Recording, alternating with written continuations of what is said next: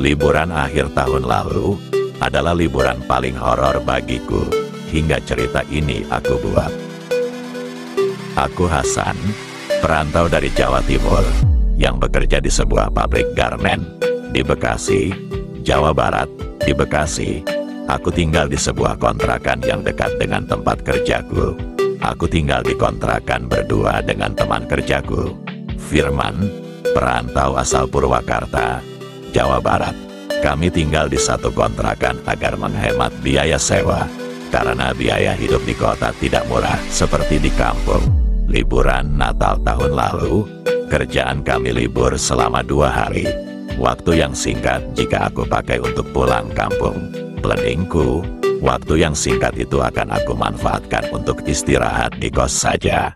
Hari itu hari Rabu, setelah makan siang, aku biasa ngopi bersama Firman di pabrik sambil istirahat. San, besok pagi aku mau pulang ke Purwakarta, lumayanlah 2 hari liburan di kampung. Kalau kamu mau ikut, besok pagi-pagi kita berangkat pakai motorku saja. Nanti hari Jumat sorenya kita balik lagi ke sini. Gimana? Mau ikut nggak?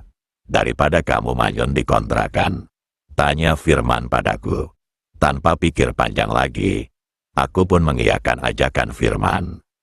Waktu sudah menunjukkan pukul 4 sore, artinya, waktu jam kerja shift 1 telah selesai. Aku dan Firman langsung pulang ke kontrakan.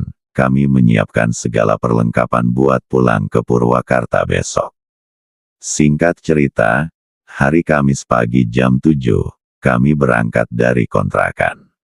Perjalanan dari Bekasi ke rumah Firman di Purwakarta memakan waktu sekitar 2 jam, mengendarai motor milik Firman. Sekitar jam 9 pagi, kami sudah sampai di rumah Firman. Suasana pedesaan yang sangat asri dan sejuk membuat seakan aku betah ingin menetap lebih lama. Kami disambut oleh kedua orang tua Firman dengan hangat. Kami langsung disuruh menuju dapur. Ternyata, ibu Firman sudah menyiapkan makan. Setelah selesai makan, kami berdua istirahat di kamar Firman.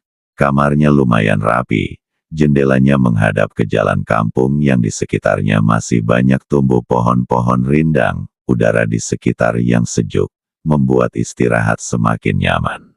Singkat cerita, malam pun tiba. Kami semua duduk berkumpul di teras rumah, dengan suguhan kopi dan jagung rebus yang dimasak ibunya Firman, membuat obrolan kami semakin akrab. Suasana malam di kampungnya Firman sangat tenang, jauh dari hiruk-pikuk lalu lalang kendaraan.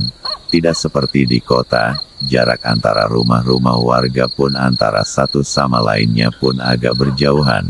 Dipisahkan lahan kosong yang ditumbuhi pohon-pohon besar. Lampu penerangan jalan hanya terpasang pada perempatan jalan saja. Itu pun tidak terlalu terang. Suara jangkrik masih sering ramai terdengar. Semakin larut, obrolan pun semakin hanyut. Hasan, Bapak mau istirahat dulu ya, besok pagi Bapak ada kerjaan di ladang. Kamu lanjutin ngobrol sama Firman ya, ucap bapaknya Firman kepadaku. Tidak berapa lama kemudian, aku dan Firman pun menyusul istirahat. Jam menunjukkan pukul 11:30 malam, kami berdua pun langsung tertidur pulas di kamar Firman, karena mungkin terlalu lelah menempuh perjalanan yang lumayan jauh siang tadi. Pada tengah malam, kira-kira jam 2 malam, aku terbangun. Karena haus yang membuat tenggorokanku terasa kering, aku pun bangun dan pergi ke dapur untuk mengambil minum. Tapi, ketika aku kembali masuk kamar, tiba-tiba terdengar suara bel sepeda ontel berulang-ulang.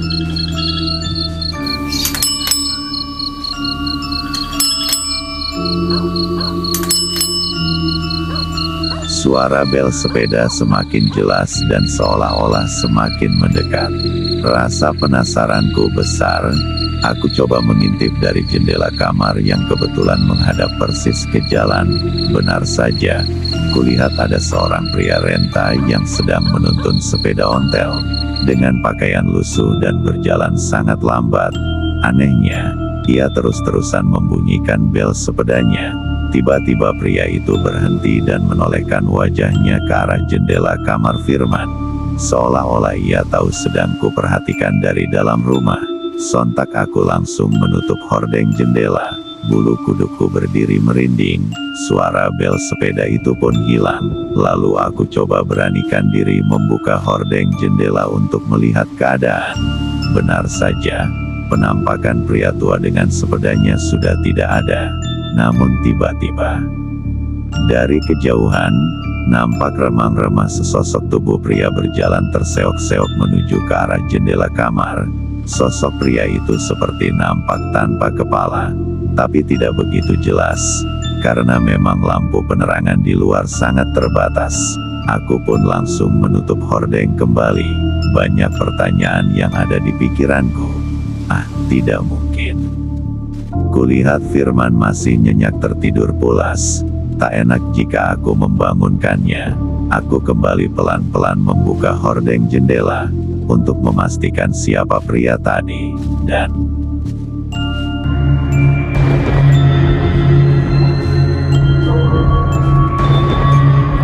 sontak, aku berteriak sekencangnya hingga membuat semua orang di dalam rumah terbangun. Aku melihat sepenggal kepala tanpa tubuh persis di kaca jendela rumah Firman. Semua orang berusaha menenangkanku, lalu bertanya padaku, "Ada apa?" Lalu, kuceritakan kejadian yang baru saja kualami tadi kepada mereka. Ayahnya Firman pun menjelaskan kepadaku bahwa pada zaman dulu, di kampung ini ada sebuah kejadian. Ada maling sepeda yang tertangkap basah oleh warga, dan dihakimi hingga tewas. Kepalanya terpenggal, hingga terpisah dari tubuhnya. Kejadian itu terjadi tepat pada malam Jumat Wage. Warga kampung sini pun sudah hafal, bahwa setiap malam Jumat Wage, mereka tahu kalau hantu tanpa kepala itu berkeliaran tengah malam. Tidak terasa, azan subuh berkumandang. Kami pun bersiap-siap menunaikan salat subuh. Setelah salat subuh, aku dan Firman kembali melanjutkan tidur, karena rasa kantuk masih menggelayuti mataku. Akibat ulah teror hantu pria tanpa kepala tadi, jam 9 pagi, kami dibangunkan ibunya Firman untuk menyuruh kami sarapan. Namun, ayah Firman tidak tampak, karena beliau sudah pergi ke ladang pagi-pagi.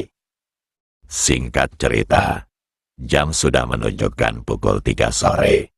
Aku dan Firman bersiap-siap untuk berangkat kembali ke Bekasi, karena besok kami sudah aktif bekerja lagi. Setelah berpamitan kepada ayah dan ibunya Firman, kami berdua pun berangkat kembali ke perantauan. Liburan yang sangat berkesan dan horor.